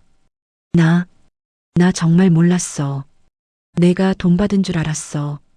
배 회장이, 그 사람이, 말을 잇지 못하고 흐느끼는 남편. 저는 묵묵히 제 가방을 열었습니다. 가방 가장 깊숙한 안주머니. 지퍼도 고장나 옷핀으로 여며둔 그 주머니에서 낡은 비닐 지퍼백 하나를 꺼냈습니다. 그 안에는 제가 15년 동안 부적처럼 품고 다녔던 종이 한 장이 들어 있었죠. 이거 기억나? 제가 지퍼백에서 조심스럽게 종이를 꺼냈습니다. 노란색 포스트잇 메모지였습니다. 세월이 흘러 색은 바랬고 접힌 부분은 너덜너덜해져 테이프로 겨우 붙여놓은 상태였죠. 습기에 잉크가 번져 글씨조차 희미해진 그 쪽지. 태석의 눈동자가 쪽지에 꽂혔습니다. 그의 호흡이 멈췄습니다. 그건 15년 전 그가 베트남으로 떠나던 날 새벽 잠든 제 머리맡에 두고 갔던 편지였습니다. 사랑하는 순자야. 못난 남편 만나서 고생만 시켜 미안해. 이번에 가면 정말 열심히 해서 돈 많이 벌어올게. 우리 순자 손에 물 한 방울 안 묻히게 비단옷 입혀줄게. 조금만 기다려. 금방 돌아올게. 사랑한다. 삐뚤빼뚤한 글씨. 맞춤법도 틀리고 문장도 투박했지만 그 안에 담긴 진심만은 뜨거웠던 편지. 저는 남편이 사고를 당했다는 소식을 들었을 때도, 집주인이 방을 빼라고 소리칠 때도, 한겨울 찬물에 걸레를 빨 때도 이 쪽지를 꺼내보며 울었습니다. 금방 돌아온다며, 사랑한다며, 거짓말쟁이. 그렇게 원망하면서도 버리지 못했습니다. 이게 남편이 남긴 유일한 유언이자 약속이었으니까요. 태석이 떨리는 손으로 쪽지를 받아들었습니다. 종이의 질감이 그의 손끝에 닿는 순간 봉인되어 있던 15년 전 그날 새벽의 기억이 댐이 터지듯 밀려왔습니다. 잠든 아내의 얼굴을 쓰다듬던 손길, 행여 깰까봐 조심조심 눌렀었던 글씨, 현관문을 나서며 뒤돌아보았던 아내와 아들의 자는 모습, 꼭 살아서 돌아오겠다고 다짐했던 그 비장했던 마음까지. 으흐흑. 태석이 쪽지를 가슴에 품고 오열하기 시작했습니다. 내가 썼어. 이거 내가 썼어. 그는 쪽지에 얼굴을 묻고 아이처럼 울었습니다.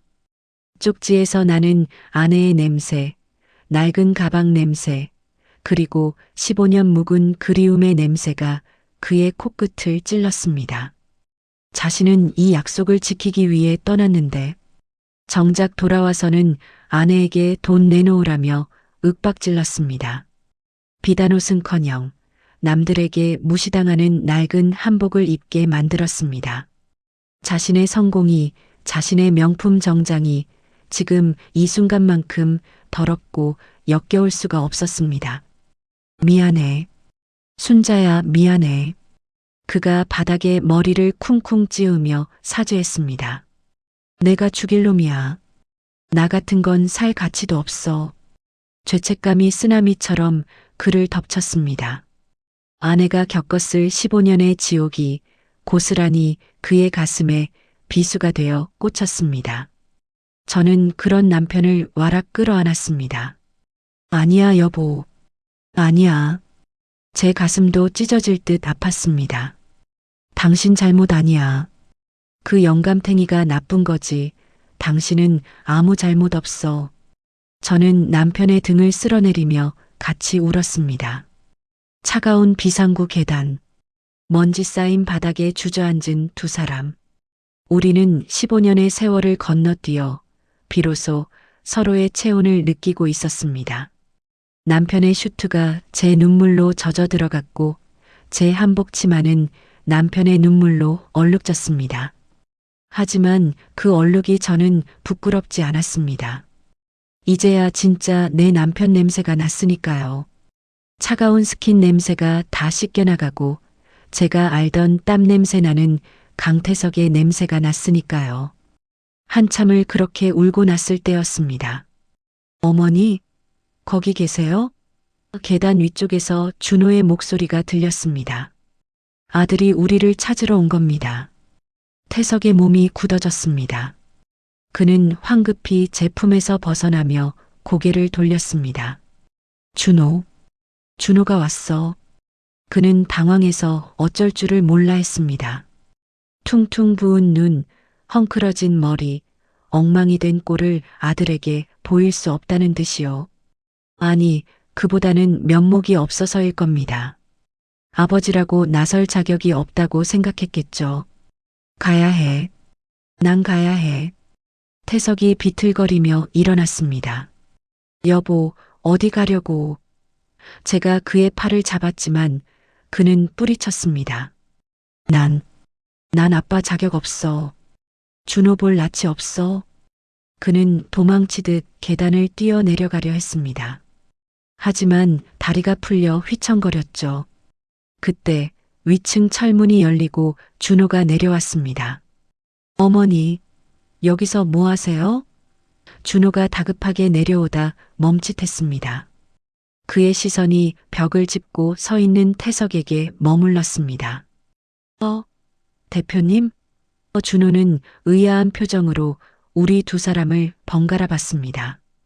울어서 엉망이 된 어머니와 역시 눈시울이 붉어진 채 고개를 숙이고 있는 낯선 남자. 준호의 눈빛이 흔들렸습니다. 변호사의 직감이 무언가를 말해주고 있는 듯 했습니다. 이 상황이 단순하지 않다는 것을, 저 남자가 그저 닮은 사람이 아닐 수도 있다는 것을. 어머니, 이분, 누구세요? 준호의 질문에 제 심장이 멎을 듯 했습니다. 태석은 고개를 푹 숙인 채 주먹만 꽉 쥐고 있었습니다. 그는 제발 제가 모르는 사람이라고 말해주길 바라는 눈치였습니다. 자신 같은 못난 아비는 없는 게 낫다고 생각하는 거겠죠. 하지만 저는 그럴 수 없었습니다. 15년을 기다린 아빠입니다. 준호가 사법고시 패스했을 때, 연수원 들어갈 때, 첫 재판 이겼을 때, 그 모든 순간에 사무치게 그리워했던 아버지입니다. 저는 눈물을 닦고 태석에게 다가갔습니다. 그리고 그의 손을 꽉 잡았습니다. 그가 놀라서 저를 쳐다봤지만 저는 놓지 않았습니다. 그리고 아들을 똑바로 쳐다보며 말했습니다. 준호야, 인사드려라. 제 목소리가 떨렸지만 또렷하게 울렸습니다. 내 아버지다. 죽은 줄 알았던 내 아빠. 살아서 돌아오셨다. 내 아버지다. 인사드려라. 제 입에서 그 말이 떨어지는 순간 비상구 계단에는 무거운 침묵이 내려앉았습니다. 마치 공기가 얼어붙은 것처럼 누구 하나 숨소리조차 내지 못했죠. 준호는 믿을 수 없다는 듯 눈을 크게 뜨고 저와 남편을 번갈아 봤습니다. 어머니, 그게 무슨 말씀이세요? 준호의 목소리가 미세하게 떨렸습니다. 아버지는 15년 전에 돌아가셨잖아요. 아들의 시선이 남편에게 고정되었습니다. 그 눈빛에는 혼란과 의심, 그리고 부정하고 싶은 두려움이 뒤섞여 있었습니다. 태석은 고개를 들지 못했습니다. 아들의 시선을 피하며 몸을 더욱 웅크렸죠. 그 당당했던 제임스 강의 어깨는 온데간데였고 죄지은 수인처럼 초라한 등만 보였습니다. 아니다. 난 아니다. 태석이 기어들어가듯 중얼거렸습니다. 순자야, 그러지 마. 애한테 그러지 마. 그가 제 손을 뿌리치며 뒷걸음질 쳤습니다. 나 같은 놈이 무슨 아비야. 자식 버리고 도망간 놈이, 마누라 도둑년 취급한 놈이 무슨 낯짝으로. 그는 벽을 짚고 비틀거리며 계단을 내려가려 했습니다. 도망치려는 겁니다. 자신의 부끄러운 민낯을 아들에게 들키기 싫어서. 거기 서세요. 준호의 외침이 계단을 울렸습니다. 평소 침착하던 변호사 아들이 아니었습니다. 감정이 폭발한 15년 전 아버지를 잃었던 17살 소년의 목소리였습니다. 태석의 발걸음이 그 자리에 못 박힌 듯 멈췄습니다. 준호가 계단을 성큼성큼 내려왔습니다. 구두 굽소리가 쿵, 쿵, 쿵. 태석의 심장을 조여왔죠. 준호는 태석의 앞을 가로막고 섰습니다. 고개 드세요. 제 얼굴 보고 말씀하세요. 준호가 숨을 헐떡이며 말했습니다. 태석은 천천히 아주 힘들게 고개를 들었습니다. 눈물로 얼룩진 얼굴, 핏발선 눈동자. 준호는 그 얼굴을 보는 순간 숨을 멈췄습니다. 아무리 세월이 흘러도 아들은 알 수 있었습니다. 기억 속의 아버지. 매일 밤 퇴근길에 붕어빵을 사들고 오던 그 얼굴. 공부하느라 밤새우는 아들 옆에서 말없이 과일을 깎아주던 그 투박한 손. 그리움 속에 박제되어 있던 아버지가 바로 눈앞에 살아 숨쉬고 있었습니다. 아버지, 준호의 입술이 파르르 떨렸습니다. 진짜 아버지세요? 그 물음 한마디에 태석의 억장이 무너졌습니다. 참았던 눈물이 댐이 터지듯 쏟아져 내렸습니다. 준호야. 태석의 목소리가 짐승의 울음처럼 터져 나왔습니다. 미안하다. 못난 애비가 너무 늦게 왔다. 그는 다리에 힘이 풀려 그 자리에 털썩 무릎을 꿇었습니다. 아들을 안아줄 자격도 없다고 생각했는지 바닥에 머리를 박고 통곡했습니다. 내가 죄인이다. 내가 죽일 놈이야. 아버지가 왜 이러세요? 일어나세요, 제발. 준호가 무릎 꿇은 아버지를 일으키려 했지만 태석은 요지부동이었습니다. 아니야, 난 못 일어난다. 너랑 내 엄마한테 내가 무슨 짓을 했는데. 태석은 자신의 가슴을 주먹으로 내리쳤습니다. 배 회장 그놈 말만 믿고 너희들이 날 버렸다고 생각했어. 복수하겠다고 이를 갈았어. 그의 고백은 처절했습니다. 내 결혼식에 돈 자랑하러 왔어. 너희들 기죽이고 비웃어 주려고 왔단 말이다. 준호는 충격받은 표정으로 저를 바라봤습니다. 저는 말없이 고개를 끄덕였습니다. 그건 사실이었으니까요. 하지만 저는 알았습니다. 그 증오의 깊이만큼 그가 우리를 사랑했다는 것을요. 사랑하지 않았다면 배신감도 없었을 테니까요. 아버지, 그래서 그러셨던 거예요? 준호가 태석의 어깨를 잡았습니다. 오해 때문에 15년 동안 혼자 괴로워하셨던 거예요? 준호의 눈에서도 굵은 눈물 방울이 떨어졌습니다. 아들은 아버지를 원망하지 않았습니다. 오히려 그 긴 세월 동안 혼자 외로움과 싸웠을 아버지를 연민하고 있었습니다. 일어나세요. 제발 일어나세요. 준호가 힘을 주어 태석을 일으켜 세웠습니다. 살아계셨으면 됐어요. 돌아오셨으면 된 거예요. 준호는 흙먼지 묻은 아버지의 양복 바지를 손으로 털어주었습니다. 그 손길이 너무나 따뜻해서 태석은 하염없이 눈물만 흘렸습니다. 여보, 제가 두 사람 곁으로 다가갔습니다. 이제 다 끝났어. 오해도 끝났고 고생도 끝났어. 저는 남편의 젖은 뺨을 손수건으로 닦아주었습니다. 당신은 오늘 복수하러 온 거 아니야. 아들 장가가는 거 보러 온 거야. 축하해 주러 온 거야. 맞지? 제 말에 태석이 고개를 세차게 끄덕였습니다. 그래, 내 아들 준호. 그는 떨리는 손을 뻗어 아들의 얼굴을 만졌습니다. 15년 전에는 솜털 보송하던 소년이었는데 어느새 듬직한 청년이 되어 있었습니다. 눈가의 주름, 다부진 턱선. 자신이 없는 동안 아들이 얼마나 치열하게 살았는지 얼굴에 다 쓰여 있었습니다. 잘 컸다. 정말 잘 컸어. 태석이 준호의 어깨를 끌어안았습니다. 처음에는 조심스러웠지만 이내 힘을 주어 꽉 껴안았습니다. 준호도 아버지의 넓은 등에 얼굴을 묻었습니다. 보고 싶었어요, 아버지. 비좁고 어두운 비상구 계단. 먼지 냄새와 곰팡이 냄새가 나는 그곳이 우리 가족에게는 세상에서 가장 성스러운 성소였습니다.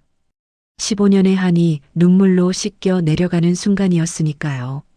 계단 위쪽에서 예식 시작을 알리는 팡파르 소리가 희미하게 들려왔습니다. 아차, 결혼식. 제가 정신을 차리고 소리쳤습니다. 준호야, 너 빨리 가봐야지. 신랑이 없으면 어떡해. 감격에 겨워 시간 가는 줄도 몰랐던 겁니다. 준호가 시계를 보더니 화들짝 놀랐습니다. 큰일 났다. 지금 입장 순서예요. 빨리 가. 어서. 제가 준호의 등을 떠밀었습니다. 준호가 몇 계단 올라가다 말고 뒤를 돌아봤습니다. 아버지, 어머니, 같이 가요. 저 혼자 안 가요. 아들의 눈빛은 단호했습니다. 더 이상 부모님을, 특히 아버지를 혼자 두지 않겠다는 의지가 보였죠. 태석은 주저했습니다. 난 못 간다. 이 꼴을 하고 어떻게 해. 그는 눈물범벅이 된 얼굴과 구겨진 옷을 가리켰습니다. 하객들 앞에 나설 몰골이 아니었으니까요. 게다가 최 회장, 그 원수 같은 사람도 식장에 있었습니다. 가야 해요. 준호가 다시 내려와 아버지의 손을 잡았습니다. 제 결혼식이잖아요. 아버지가 앉으셔야 할 자리가 비어 있잖아요. 빈자리. 그 말이 태석의 마음을 움직였습니다. 15년 동안 비워두었던 가장의 자리, 아비의 자리, 이제는 채워야 했습니다. 여보, 가요. 가서 보란 듯이 앉아요. 저도 태석의 다른 쪽 손을 잡았습니다. 당신이 내 남편이고 준호 아빠라는 거 사람들한테 똑똑히 보여주자고. 태석이 우리 모자를 번갈아 봤습니다. 그의 눈에 다시 생기가 돌기 시작했습니다. 더 이상 도망치는 패배자가 아닌 가족을 지키려는 가장의 눈빛이었습니다. 그래, 가자. 태석이 결심한 듯 고개를 끄덕였습니다. 그는 옷매무새를 가다듬고 넥타이를 고쳐 맸습니다. 비록 눈가는 붉게 부어 있었지만 표정만은 그 어느 때보다 당당했습니다. 우리는 셋이서 나란히 계단을 올라갔습니다. 준호가 앞장서고 저와 태석이 손을 꼭 잡고 그 뒤를 따랐습니다. 철문을 열자 눈부신 조명이 쏟아졌습니다.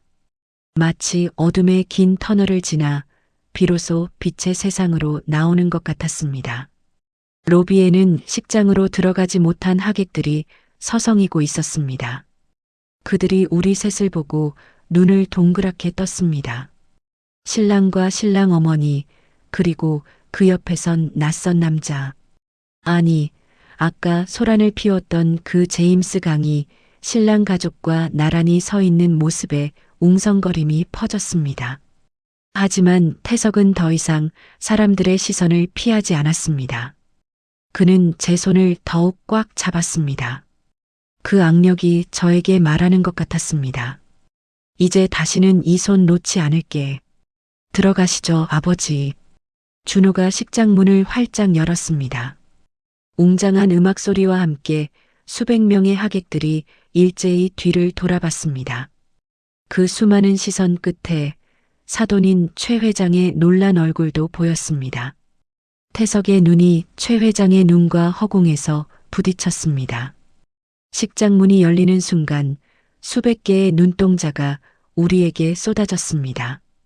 버질로드를 걷는 신랑 입장 순서였지만 사람들의 시선은 신랑 뒤에선 저와 태석 씨에게 꽂혀 있었죠. 웅성거리는 소리가 파도처럼 밀려왔습니다. 저 사람, 제임스 강 아니야? 최 회장님 파트너라던 그 재벌. 왜 저 사람이 신랑 어머니 손을 잡고 있어? 호기심, 당황, 그리고 의심 어린 시선들. 평소에 저였다면 그 시선들이 무서워 고개를 숙였을 겁니다. 하지만 지금은 아니었습니다. 제 옆에는 15년을 기다려온 내 남편 강태석이 서 있었으니까요. 그가 제 낡은 손을 부서져라 꽉 잡고 있었습니다.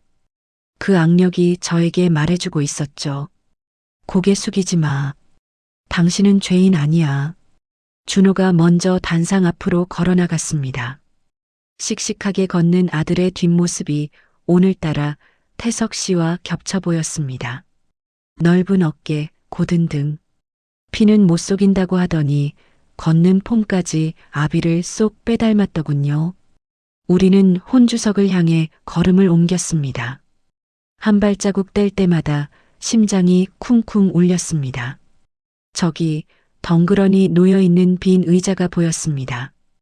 영정 사진도 없이 비워두었던 15년 동안 주인을 잃었던 그 자리. 그때였습니다. 신부 측 혼주석에 앉아있던 최 회장이 벌떡 일어났습니다. 그의 얼굴은 붉게 상기되어 있었고 눈빛은 당혹감으로 일렁이고 있었죠. 그는 체면도 잊은 채 성큼성큼 우리 쪽으로 다가왔습니다. 제임스, 지금 뭐 하는 짓인가? 최 회장이 낮은 목소리로 으르렁거렸습니다. 술이 과했나 보군. 남의 잔치 망치지 말고 당장 나가게. 비서실장. 그가 경호원들을 부르려 손짓했습니다. 그는 끝까지 태석 씨를 제임스라 부르며 상황을 통제하려 했습니다. 자신이 만든 거짓된 세계가 깨지는 걸 막으려는 발악이었죠. 태석 씨가 걸음을 멈췄습니다. 그리고 잡고 있던 제 손을 놓고 천천히 최 회장 앞으로 다가갔습니다. 두 남자의 시선이 허공에서 팽팽하게 부딪혔습니다. 식장 안의 공기가 서늘하게 얼어붙는 것 같았습니다. 비키십시오, 회장님. 태석 씨의 목소리는 차분했지만 그 안에는 서슬퍼런 칼날이 숨겨져 있었습니다. 제임스 강은 여기 없습니다. 뭐라고? 저는 오늘 사업 파트너로 온 게 아닙니다. 태석 씨가 저를 돌아보며 시선을 맞췄습니다. 그리고 다시 최 회장을 향해 똑똑히 말했습니다. 강준호 군의 아버지 강태석으로 왔습니다. 제 아들 결혼식입니다. 그 한마디가 식장에 울려 퍼졌습니다. 주변에 있던 하객들이 숨을 들이켰습니다. 최 회장의 입이 떡 벌어졌습니다. 자네. 그는 뒷말을 잇지 못하고 비틀거렸습니다. 진실이 밝혀졌다는 걸 깨닫는 순간 그의 눈동자에 공포가 서렸습니다. 자신이 15년간 숨겨온 추악한 거짓말이 들통났다는 공포였죠. 나중에 식 끝나고 뵙죠. 따져야 할 계산이 아주 많으니까. 태석 씨는 최 회장을 지나쳐 걸어갔습니다. 더 이상 그를 상대할 가치도 없다는 듯한 태도였습니다. 최 회장은 넋이 나간 사람처럼 그 자리에 굳어버렸습니다. 태석 씨는 다시 제 곁으로 와서 손을 잡았습니다. 가자, 순자야. 우리 자리로. 우리는 신랑 측 혼주석 앞에 섰습니다. 태석 씨가 저를 먼저 의자에 앉혀주었습니다. 그리고 자신도 그 옆 빈 의자 앞에 섰습니다. 그가 잠시 의자 등받이를 어루만졌습니다. 15년의 세월이 묻어있는 것 같은 그 의자. 그는 깊은 숨을 한번 들이마시고는 천천히 자리에 앉았습니다. 삐걱. 의자가 주인의 무게를 받아내며 작은 소리를 냈습니다. 그 소리가 마치 이제야 오셨습니까? 라고 반기는 인사처럼 들렸습니다. 태석 씨가 자리에 앉자 준호가 단상에서 우리를 보며 환하게 웃었습니다. 그 미소를 보니 참았던 눈물이 다시 핑 돌았습니다. 아버지가 있는 결혼식, 준호에게 그리고 저에게 이보다 더 큰 선물은 없었습니다. 예식이 진행되는 동안 태석 씨는 제 손을 놓지 않았습니다. 테이블보 아래에서 맞잡은 두 손에 땀이 찼지만 누구도 뺄 생각은 하지 않았죠. 그는 묵묵히 앞만 보고 있었습니다. 하지만 저는 알 수 있었습니다. 그가 울고 있다는 것을요. 선글라스도 없이 드러낸 그의 눈에서 눈물이 쉼없이 볼을 타고 흘러내리고 있었습니다. 그는 닦을 생각도 하지 않았습니다. 아들의 듬직한 등을 보며 며느리의 고운 미소를 보며 그저 하염없이 눈으로 아들을 담고 있었습니다. 잃어버린 15년의 시간을 눈물로 채우려는 듯이요. 신랑 신부, 양가 부모님께 인사. 사회자의 멘트가 울렸습니다. 준호와 며느리 지수가 우리 앞으로 다가왔습니다. 지수가 놀란 눈으로 태석 씨를 바라봤습니다. 아버님?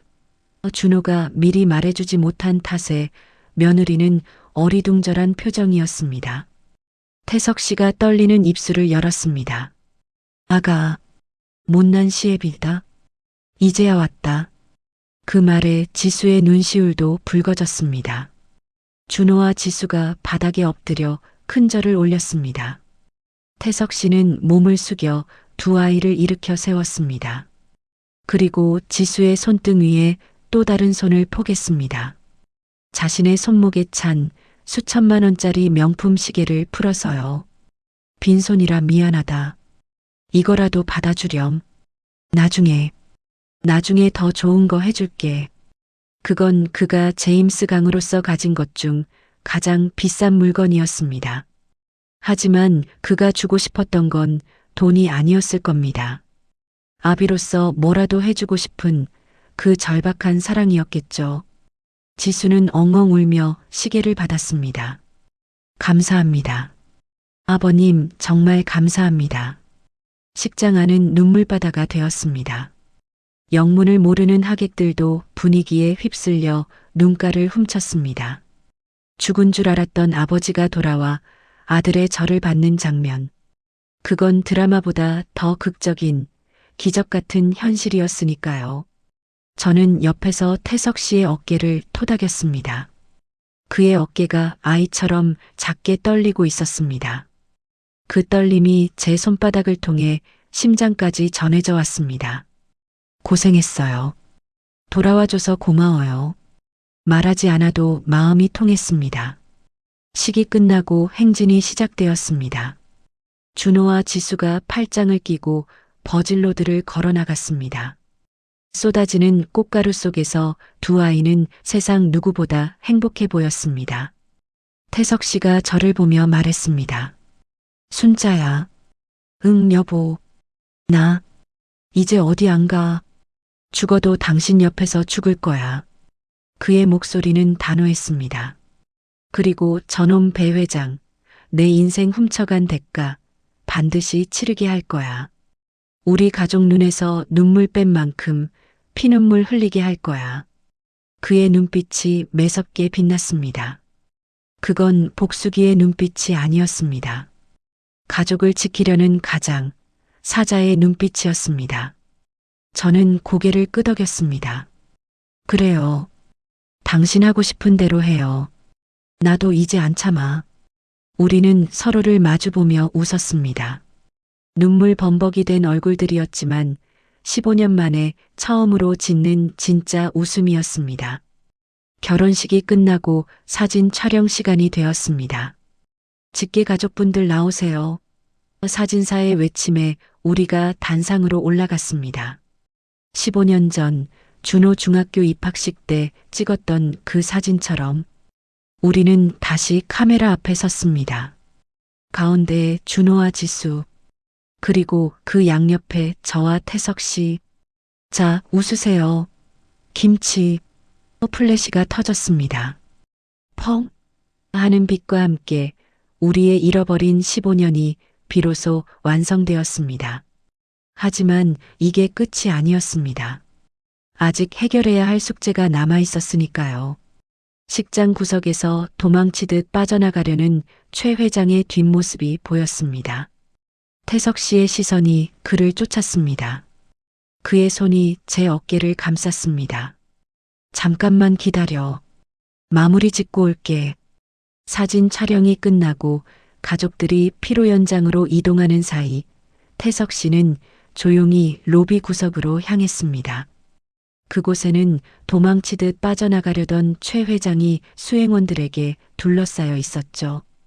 회장님, 급하신 일이라도 있으십니까?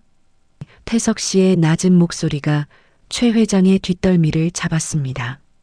최 회장이 흠칫 놀라며 돌아섰습니다.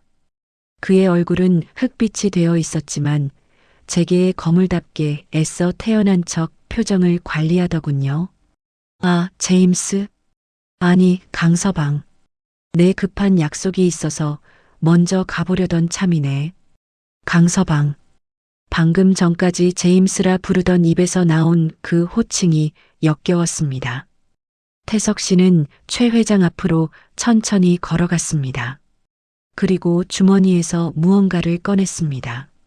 아까 비상구에서 확인했던 제 비참한 15년을 증명하는 보험금 지급 내역서가 뜬 휴대폰 화면이었습니다. 이거 기억나십니까?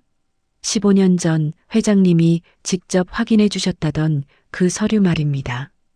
최 회장의 눈동자가 불안하게 흔들렸습니다. 그건 착오가 있었나 보군. 비서실 놈들이 일을 잘못 처리해서. 비서실 탓하지 마십시오.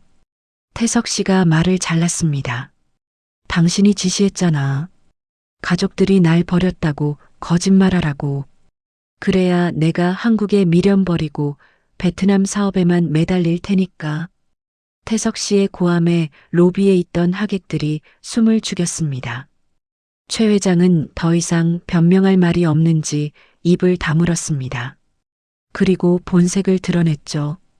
그래, 내가 그랬네. 그래서 그게 뭐 잘못됐나? 최 회장이 뻔뻔하게 고개를 들었습니다. 자네는 천재였어. 썩어 빠진 공사판에서 벽돌이나 나르기엔 아까운 재능이었다고. 내가 자네한테 날개를 달아준 거야. 덕분에 자네도 베트남 재벌이 됐지 않나? 가족들도 이제 자네 덕에 호강할 거고. 결과적으로 모두에게 좋은 일 아닌가? 그의 말은 논리적인 듯 했지만 악마의 궤변이었습니다. 인간의 마음을, 가족의 정을 철저히 배제한 장사꾼의 논리였죠. 태석 씨는 허탈한 듯 웃음을 터뜨렸습니다. 하, 날개라. 그는 웃음을 거두고 싸늘하게 최 회장을 노려봤습니다. 당신이 달아준 건 날개가 아니라 족쇄였어. 15년 동안 나를 죄책감과 증오 속에 가둬둔 감옥이었다고. 태석 씨는 한 걸음 더 다가갔습니다. 최 회장이 위압감에 뒷걸음질 쳤습니다. 내 재산, 내 회사, 내 지위. 당신 덕분에 얻은 거라고 했지? 그래, 다 가져가. 그딴 거 필요 없어. 뭐야? 대신 각오하십시오. 태석 씨의 눈빛이 맹수처럼 빛났습니다. 내가 만든 기술, 내가 따낸 계약들. 그거 다 내 머리에서 나온 겁니다. 내가 빠진 제임스 건설이 얼마나 버티나 지켜보겠습니다. 그리고 그는 최 회장의 넥타이를 거칠게 잡아당겨 귓가에 속삭였습니다.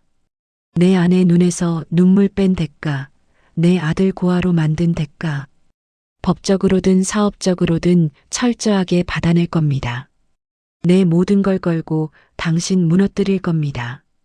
사돈이고 뭐고 봐주지 않습니다. 그건 단순한 협박이 아니었습니다. 사선을 넘나들며 바닥에서 정점까지 올라본 사람만이 뿜어낼 수 있는 살기였습니다. 최 회장은 공포에 질려 주저앉을 듯 비틀거렸습니다. 강서방, 이러지 말게. 우리 사이에 가십시오. 더 추한 꼴 보이기 전에. 태석 씨는 더 이상 그를 상대하지 않겠다는 듯 돌아섰습니다. 최 회장은 수행원들의 부축을 받으며 도망치듯 식장을 빠져나갔습니다. 그 초라한 뒷모습을 보며 15년의 악연도 끝이 났습니다.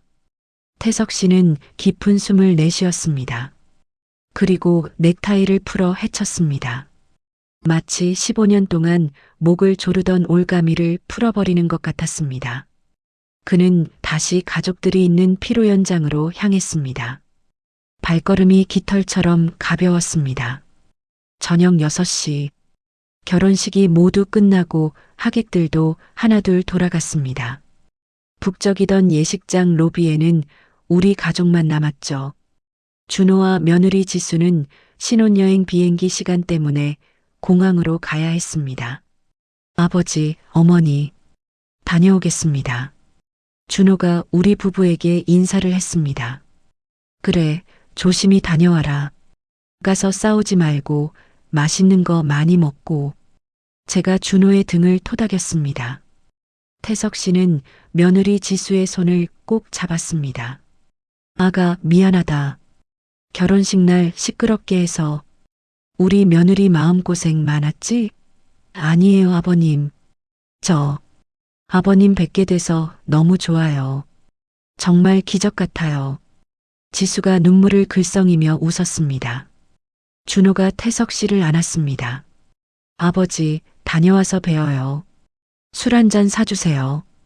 그럼 제일 비싼 술로 사주마. 아니, 내 엄마가 끓여주는 김치찌개에 소주나 한잔 하자. 두 부자는 서로를 꽉 끌어안고 등을 두드렸습니다. 15년의 공백이 무색할 만큼 뜨거운 부자의 정이 느껴졌습니다. 준호네가 탄 웨딩카가 멀어질 때까지 우리는 손을 흔들었습니다. 차가 시야에서 사라지자 로비에는 저와 태석 씨 단둘만 남았습니다. 어색할 줄 알았는데 이상하게 편안했습니다. 마치 어제도 같이 있었던 사람처럼요. 순자야. 태석 씨가 제 손을 잡았습니다. 응, 여보. 우리 집에 갈까? 집. 그 한마디가 가슴을 뭉클하게 했습니다.